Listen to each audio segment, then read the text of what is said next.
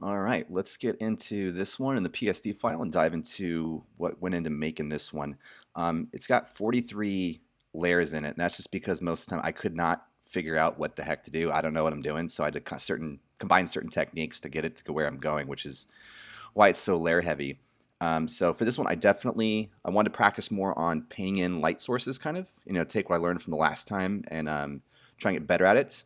And then I also wanted to try and do something where I was kind of combine multiple elements for the background, not just use a single plate. And lastly, the last one I did on the beach, where I was trying to paint in light sources, it kind of came out looking like a video game and like an illustration. So my goal was to make this next one, like push it hard in that direction, see how it would come out. So let's dive into how I made this one. Okay, so for the background, this is originally what I wanted to base it off of, and it's a shame that's just back here like this now. So this is a bombed out palace in Afghanistan that I came across, and I saw that. I was like, oh, I want to use that for the plate. And it's I remember it from a level in Metal Gear Solid, but I couldn't find like a good resolution image to source for it, so I ended up just taking it and tucking it into the Australian outback, and then sourced a night sky and all that. As far as what went into this file, so it was mostly I was trying to get that desaturated look, and of sort of like a desaturated blue tone. I achieved that through black and white layers with tints, color balances, kind of darkening out and flattening the highlights, and then just a little bit of fill layers with the blend mode set to color dodge. I played around with a lot with the exposure, trying to flatten the highlights out, and then try to add in a little bit of a shadow on the palace to make it look as if the moon was back there and was casting a shadow. Let's go into the foreground elements. So for these guys, for Ty and Jeremiah here, so originally they were further spaced apart, and I broke them up to squeeze them in tighter so I had more room to show the background. So this is my backup just in case I messed up, just because for them, I had to link so many things down. I didn't want to duplicate each layer and then have to do it individually to both of them. I'd rather just have it linked together, merged together.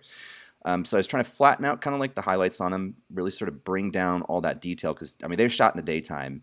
And then I just duplicated the color stuff from below, the color balances, black and whites, layers and all that, and just sort of kicked it up over here on top of them. I could have linked them down. I used a layer mask for whatever reason. And then I used the same technique I did last time. So I have two light layers. This one's set to color dodge, this one's set to normal, and I have my freehand one. I didn't play around with the blend modes as much on this one. So I have my edge technique that I was using where I showed you guys last time where it kind of just goes around on the edges of a person and kicks in. And then I have my one where I'm freehanding in, where like his nose and his mic right here. This was definitely going to be something that would not be picked up on the edges, and so I had to go in and freehand that in. I could blur it, but I sort of try to paint it myself with the layer mask, trying to get it to kick the way I wanted it to. As far as the nods go, I mean, backsplash is one of those things that if you're going to shoot a photo at night and get this kind of detail, this is just going to come out blown out. There's no way around it. I don't try and make it realistic. I just kind of have fun with it, and I just stack a bunch of different layers. So where are we at here? Not foreground elements, nods. So this is all just basically a light blue circle overlaid again and again and again and again, set to overlays, and just kind of going until it eventually kicks to where I want it to go. So nothing fancy there. And then I had to add in the little highlights on the palace over there. So it wouldn't be showing too much of the moonlight, but just a little bit. And the Blackhawk was something I decided to do at the last minute. And originally I was just going to put it in the sky, but then I was like, well, no, let's try and put it in there. So the prop wash is just a particle brush with varying levels of brightness on the same color, and a little bit of blur so it didn't look perfect. And I tried to give it like a coned out kind of look. I mean, obviously prop wash should be a little bit more here, but I was just going kind of having fun with it. Blackhawk, it's just got exposures and curves on it to try and lower the shadows and everything, but still flatten them out and keep that flat look like everything else has. And then color balance for the colors. And then lastly, it got the same treatment as the everything else with the painting with light.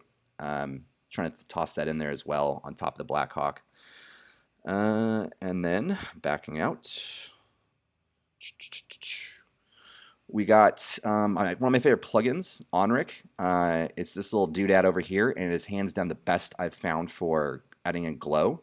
And so that kind of gave the nods sort of that look that I like right there. I opted out and using it on the moon. I didn't want to blow it out too much.